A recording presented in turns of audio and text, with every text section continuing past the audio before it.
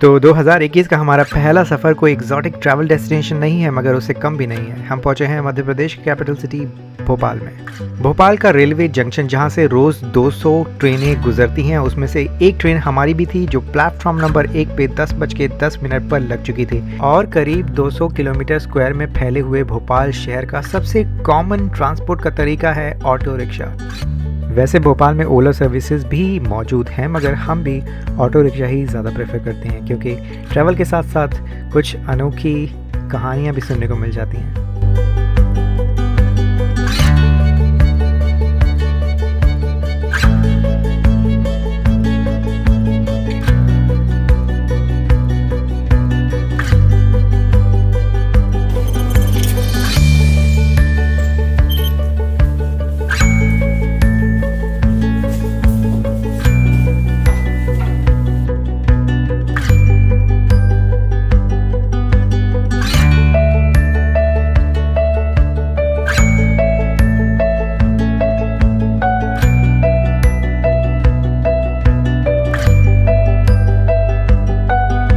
तो हम लोग ठहरे हैं अभी श्यामला हिल्स एरिया में और गेस्ट हाउस है एक, मगर यहाँ पे ओयोज से भी होटल रूम्स वगैरह सब अवेलेबल हैं।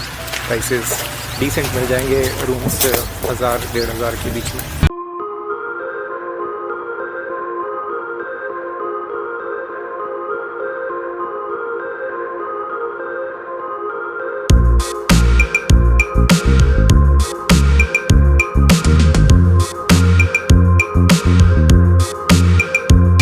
लेफ्ट हैंड साइड पे लेक दिख रहा है, पूरा बहुत ह्यूज लेक, दूर दूर तक लेक ही दिखाई दे रहा है। और राइट हैंड साइड पे जो है वो घर बने हुए हैं, गेस्ट हाउसेज हैं, होटल्स हैं मिक्स्ड, और उसके साथ व्यू भी बहुत ऑसम वाला व्यू।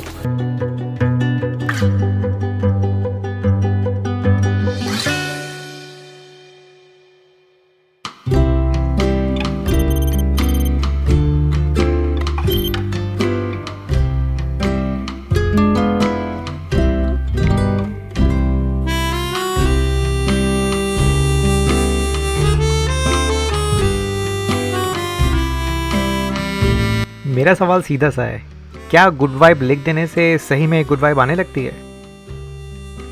बाकी जगह का तो पता नहीं, मगर यहाँ पे काफ़ी अच्छी वाइब्स मिलती हैं।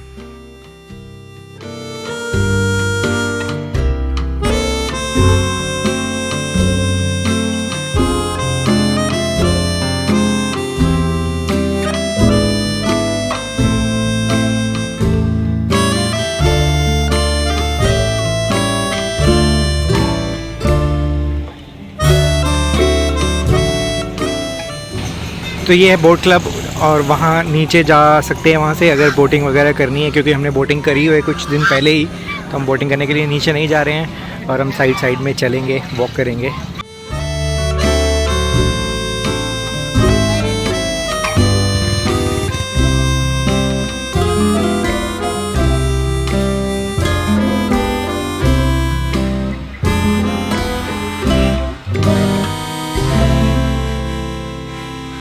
पहले दिन की मॉर्निंग के कुछ घंटे हम इधर ही लेक के आसपास ही बिताएंगे। बैठ सकते हैं, खा सकते हैं, देख सकते हैं, व्यू ले सकते हैं, बहुत कुछ कर सकते हैं यहाँ पर। मतलब इजीली 2-3 घंटे जो है वो बीत सकते हैं। तो वो जो दिख रहा है वो एक छोटा सा टापू है, और मेरे ख्याल से 1 किलोमीटर ही होगा, 1 किलोमीटर से कम है। वहाँ पे एक दरगाह है, तो लोग बोट से जाते हैं।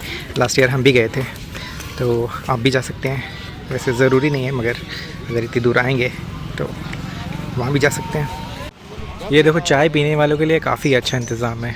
झील का नज़ारा लेते रहिए और चाय पीते रहिए। साइड में स्टॉल्स लगे हुए हैं, ये तीसरा स्टॉल है चाय का। अगर आपको रोड साइड की चाय पसंद नहीं है, स्टॉल्स की चाय पसंद नहीं है, तो आपको पॉश बनना है, तो आपके लिए उसका भी इंतज़ाम है यहाँ पे, with A view like this. और ये रहा टैंक, और ये एक्चुअल में वॉर में वगैरह में इस्तेमाल किया गया था। अब ये रिटायर करके इसको डिस्प्ले के लिए रख दिया गया है। अब यहाँ पे 1.5 घंटा गुजार लिया है, अब सोच रहे हैं कहाँ नेक्स्ट जाएं। तो सर्च कर रहे हैं places to visit in Bhopal. Number 1 पे है अपर लेक, जहाँ पे हम ऑलरेडी आ चुके हैं। अपने लोकल टैलेंट से पूछा जाए कि कहाँ जाएंगे इसके बाद। तो हमारे लोकल सोर्स का मैसेज आ गया है और उसने भी ये रिकमेंड किया है कि वन विहार हो लो, जो सेकंड नंबर पे रिकमेंडेशन था ऑनलाइन की किसी आर्टिकल पे, पास ही में है। तो गूगल मैप में मैं देख रहा हूँ कि 1 किलोमीटर दिखा रहा है, तो वहीं चल के देखते हैं कि वहाँ क्या है। ज़ू टाइप का है पर नेशनल पार्क है। तो गूगल में चेक किया कि वन विहार जिसे मैं अपनी लिस्ट से काटने वाला था वो बोट क्लब के काफ़ी करीब है, 500-600 मीटर के करीब। तो हमने सोचा क्यों ना हो लिया जाए, तो हम बैठ गए ऑटो में। तो वन विहार नेशनल पार्क की 2 बातें मुझे ख़ास लगी। एक तो आप अपनी गाड़ी अंदर ले जा सकते हैं, अगर आप ऑटो से भी हैं तो ऑटो भी जाती है, क्या गज़ब बात है। और दूसरी बात ये कि ये काफ़ी अच्छे तरीके से बना हुआ है। राइट हैंड साइड में आपको मिल जाता है लेक देखने के लिए, वही जो बोट क्लब में अपर लेक देख रहे हैं, और लेफ़्ट साइड में सारे जानवर के एरिया बने हुए हैं। तो यार ये अच्छा है, मतलब गाड़ी से ही घूम लो पूरा। तो इसमें लायन है, और पहले मुझे लगा कि यार ये तो बड़ा छोटा सा है, क्या है लायन के लिए, पर यहाँ ठीक ऐसा ही इंतज़ाम किया गया है, गड्ढा वड्ढा किया गया है, और वहाँ पे तारे वारे लगाए गए हैं कि भाई ज़्यादा जोश में आगे उछल ना जाए इधर।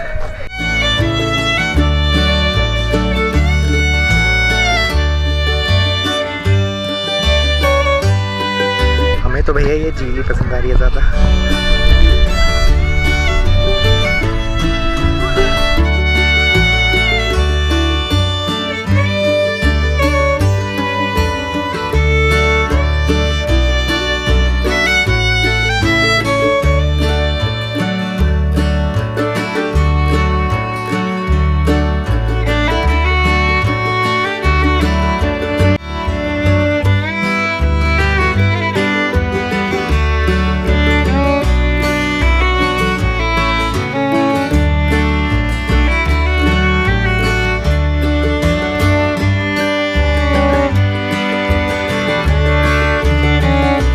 तो वन विहार नेशनल पार्क के 2 एंट्रेंस हैं और दोनों का फासला 5 किलोमीटर के करीब है।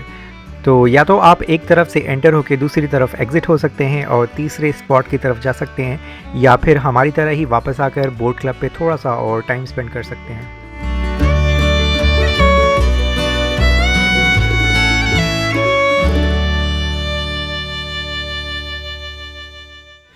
तो हम आ गए हैं वापस रेलगाड़ी के पास, बोट क्लब यानी कि भेलपुरी बनाई जा रही है। भेलपुरी खाई जाए, फिर चाय भी पी जाएगी। आ गई भेलपुरी, तो बड़ी कॉम्प्लिकेटेड रहती खाने के लिए, मुझे पसंद नहीं खाना।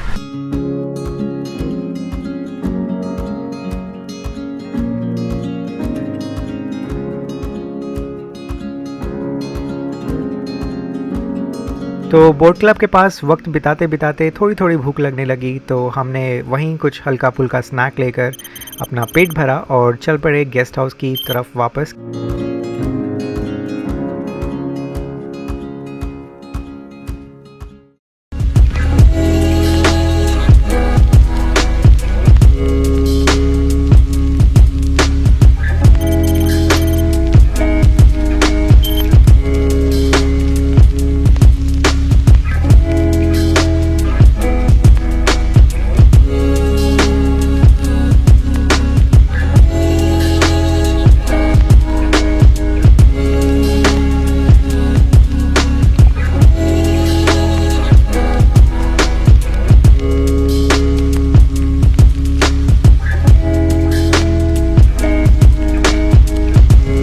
गेस्ट हाउस में जाके रेस्ट कर लिया अच्छा सा, और शाम में भी हम लोग यहाँ पर आए हुए हैं सैर सपाटा करने के लिए, और इत्तेफाक से इस जगह का नाम भी सैर सपाटा है।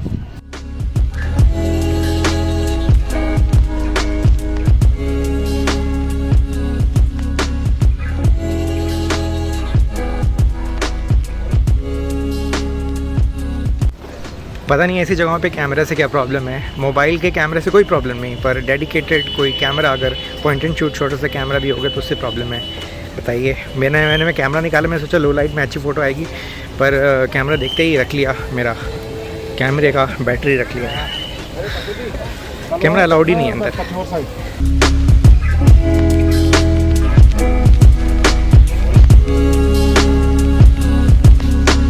तो यहाँ पे राइड्स वगैरह ही दिख रही हैं बच्चों की, तो ले दे के ये बच्चों के लिए काफ़ी बेहतर है। तो सुबह 11 बजे से लेके रात के 10 बजे तक खुलता है।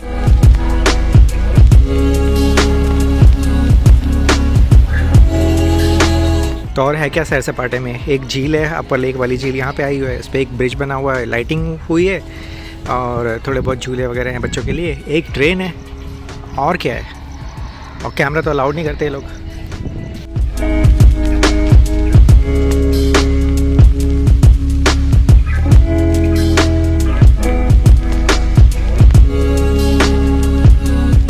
तो अब हम वापस जा रहे हैं और ये मेरे कैमरे की बैटरी है। Finally got the battery.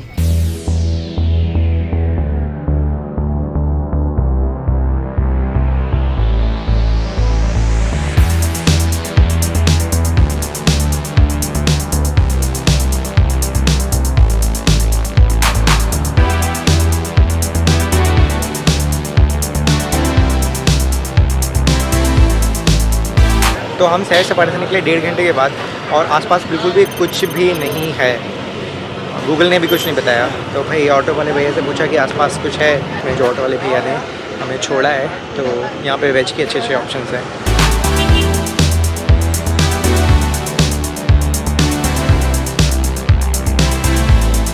तो 7:30 बज रहे हैं अभी और हम बैठ गए हैं खाने के लिए। वैसे खाने का टाइम ही हुआ है पर कुछ और करने को है भी नहीं। रेस्टोरेंट का नाम पिकनिक रेस्टोरेंट है। यहाँ पे 2 रेस्टोरेंट है, एक अरोमा करके है, एक पिकनिक करके है। तो हम पिकनिक पे बैठे हैं क्योंकि हम सुबह से पिकनिक ही मना रहे हैं।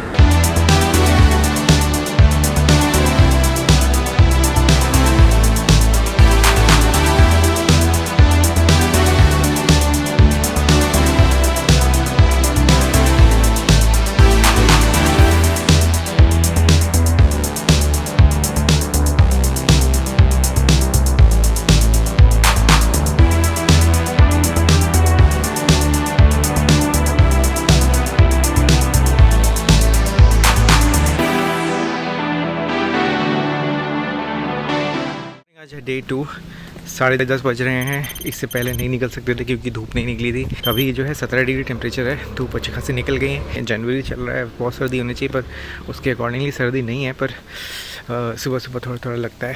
और हमारे जो लोकल सोर्स है उसने आज हमें जो लिस्ट दी थी उसमें से भी कुछ चीज़ें कुछ जगह जाएंगे।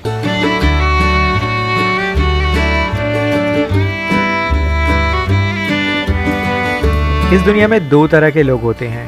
पहले तो वो जो पॉइंट ए से पॉइंट जाने के लिए बेकरार रहते हैं, और दूसरे वो जो सफ़र का भरपूर फ़ायदा उठाते हैं और हर पल एंजॉय करते हैं। हम भी इसी टाइप के लोग हैं और मज़ा भी इसी में आता है।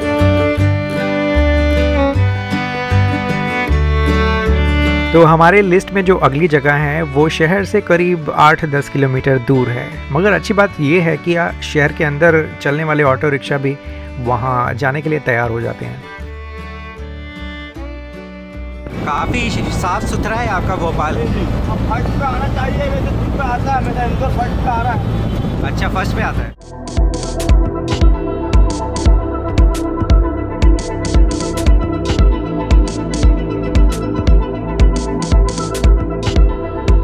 और अगर आपको एक अच्छा ऑटो रिक्शा ड्राइवर मिल जाएगा ना, तो सफ़र के साथ साथ आपको काफ़ी इंटरेस्टिंग कहानियाँ सुनने को मिल जाएंगी नए शहर के बारे में।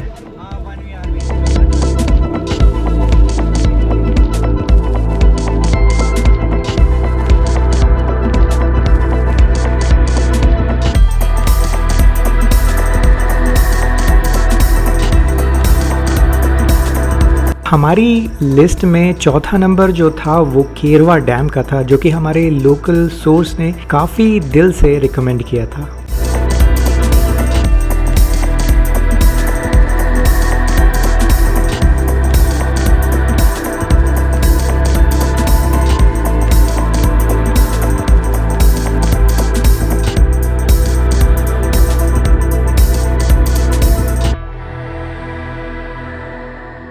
तो हम लोग यहाँ पे पहुँच चुके हैं केरवा डैम। यहाँ पे हमारे जो लोकल सोर्स ने बताया था और सही में बताया था कि रास्ता जो है बहुत अच्छा है। तो ये है डैम का रास्ता नीचे जाता हुआ और पूरे डैम के ऊपर से रास्ता गुजर रहा है।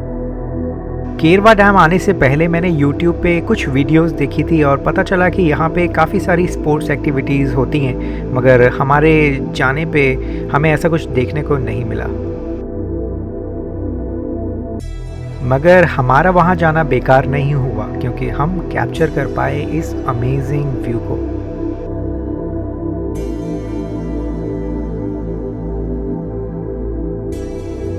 तो अभी एक लोकल बंदे से मैं पूछा कि ये रिवर राफ्टिंग वगैरह एडवेंचर वगैरह होते थे, स्पोर्ट्स एडवेंचर्स, तो वो अभी नहीं दिख रहे हैं। तो उन्होंने बताया कि उनका कॉन्ट्रैक्ट वगैरह सब ख़त्म हो गया है। हमें भी कोविड की वजह से भी हो सकता है कि बंद हो गया, उसके बाद स्टार्ट ना हुआ।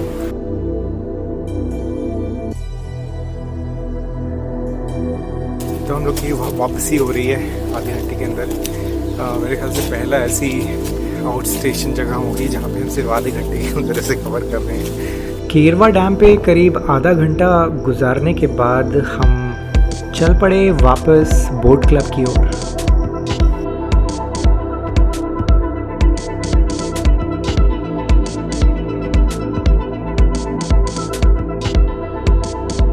तो अभी बज रहा है 1 और हम वापस आ गए हैं बोट क्लब के पास।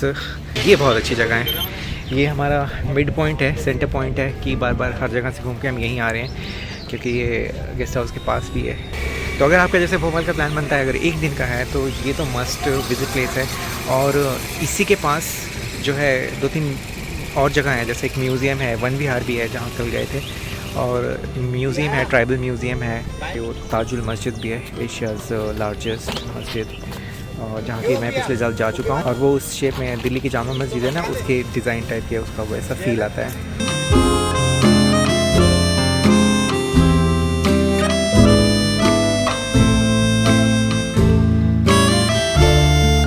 झील के पानी में लहराती हुई कश्तियों को देखकर मन हुआ कि आज आखिरी दिन है तो हम भी बोटिंग कर लेते हैं। और खुशकिस्मती की बात यह है कि हमारी पार्टनर भी ये जोखिम लेने के लिए तैयार हो गई, तो हम भी चल पड़े बोटिंग करने के लिए।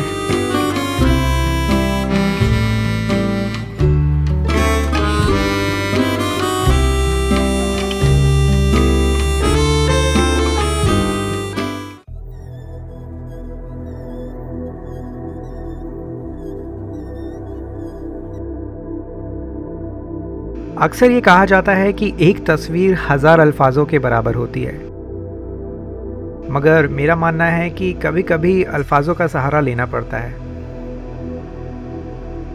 क्योंकि जनवरी की ठंडी धूप, आकाश का नीलापन और ठंडे पानी से गुजरती हुई हवा जो आपके गालों पे टकराती है, उसका एहसास तस्वीर में बयान करना ज़रा मुश्किल है।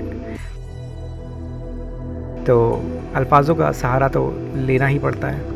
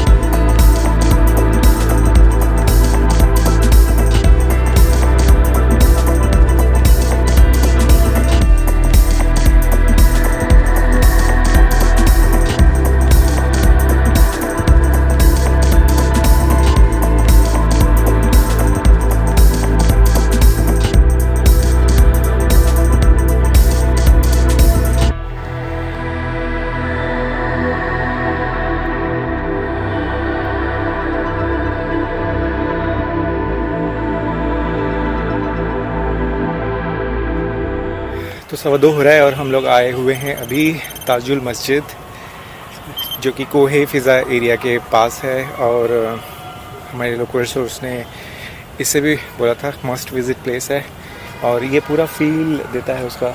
दिल्ली में जामा मस्जिद है, उसका फील आता है। 1,75,000 की कैपेसिटी है, तो बहुत ही ह्यूज है।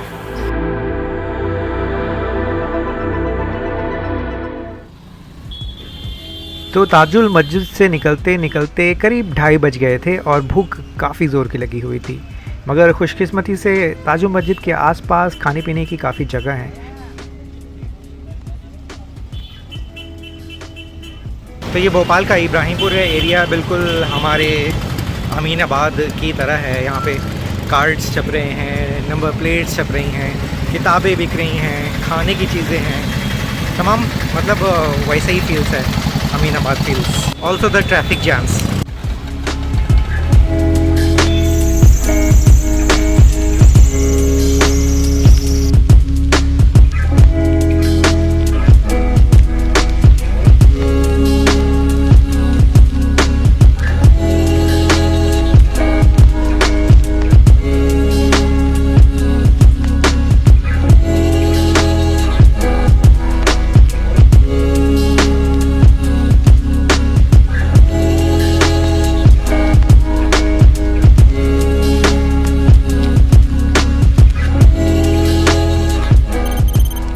तो इब्राहिमपुरा में लंच करने के बाद करीब 4 बजे हम पहुंच गए अपर लेक के दूसरे किनारे, यानी कि बोट क्लब के जस्ट ऑपोजिट, जहां पे राजा भोज की स्टैचू है।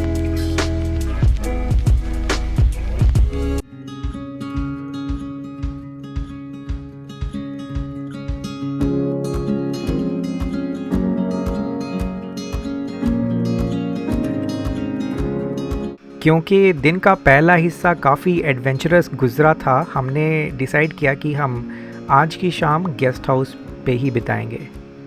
तो ये था हमारा भोपाल का 2 दिन का सफ़र। उम्मीद करता हूँ आपको ये वीडियो पसंद आएगा, और अगर ये वीडियो पसंद आया है तो बाकी वीडियोस भी पसंद आएंगे जो चैनल पे पहले से मौजूद हैं, और सब्सक्राइब कर सकते हैं आने वाली वीडियोस के लिए।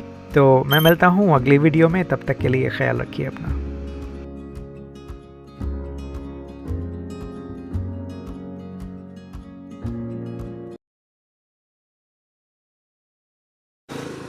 ये क्या है, वीडियो बनी?